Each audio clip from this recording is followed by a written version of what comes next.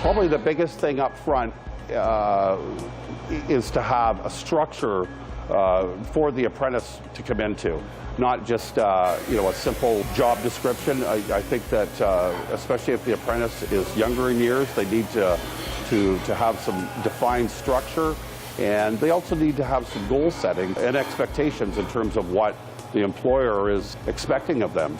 A lot of our apprentices we hire because they start here as co-op either through university or high schools. That gives us a 3 to 4 month window to evaluate the person. We'll talk to him regarding his education, what we feel he needs to get to the level we want him, and it gives me some of his work ethic. So I would say 70% of the kids we hire as apprentices start as co-ops. It's easy if you're ready and willing to teach, and we happen to be an organization that's ready and willing to teach. The founder of the company, Brian, he's extremely willing and open to transfer all of his knowledge. That's one of his goals in the company, is to transfer as much knowledge as he possibly can. So that fits very well with our company philosophy. We've had about 30 apprentices in our business in the last 25 years. So we've constantly had apprenticeship programs here. And with that, we've actually broke the steps down so that people succeed. And you have to realize most of the people that are working here have served an apprenticeship here. So they understand the process that we implement here, and we're always fine-tuning it a bit.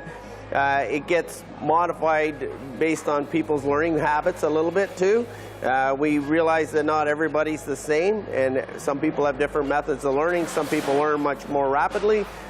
Some people take a little longer. But the end goal is to become a machine builder or a programmer. To be upfront with the apprentice on what the needs of the business are, and working with the apprentice.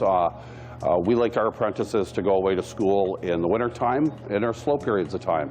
Whereas ski resorts, that type of thing, they're sort of, in the spring and the fall are their swing seasons. So even though we're all in the same area in Simcoe County, that everybody has different needs at different times of the year. The apprenticeship program is quite well organized with regards to tracking progress and tracking hours in the field, lining up testing times and completing it, in the sense that they have a book offered that includes every type of job that you have to complete to finish the 310G motorcycle technician apprenticeship, including float bowl cleaning, cylinder honing, tire changing, drive belt adjustment. Everything's laid out one checklist item at a time.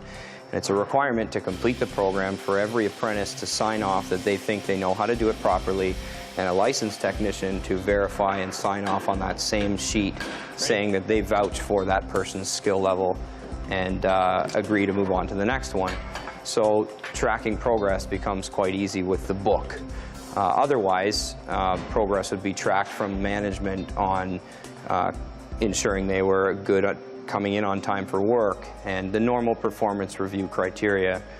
So to an employer, if you're going to be looking for a co-op student or somebody to take on as an apprentice, really focus on the attitude and if they're willing to learn, because not a lot of the students coming in will have a lot of the knowledge on the mostly just high school basic manufacturing terms. So if you take on a kid with a good attitude, then he's going to be willing to learn and people will want to teach him, rather than somebody that doesn't want to learn and is just coming here for a paycheck. The progress is fairly easy to monitor.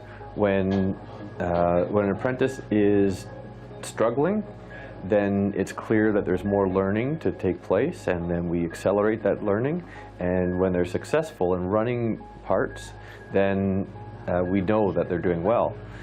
When they seem to be getting bored because they're running at the same level as more experienced people, that's when we accelerate the knowledge. We give them more to do. In our business, there's always something more we can do. We offer a positive learning environment with a variety of projects to work on. We're flexible and accommodating. We offer one-on-one training, personal support, and encouragement.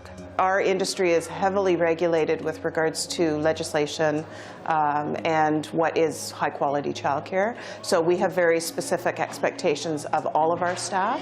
With our apprentices, we meet with them in the first 3 months every other week to go through areas that we're seeing that they're excelling in, and also areas that we'd like to see some improvement in, so and how can we help them with that as well too. So seeing growth from week to week is one way we can measure success.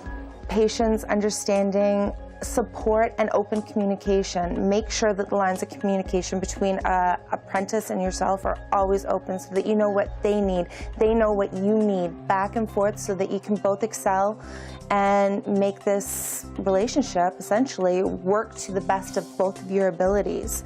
We do have a developed training program. It was put in place about the early 90s with the help of the Ministry of Training, colleges and universities.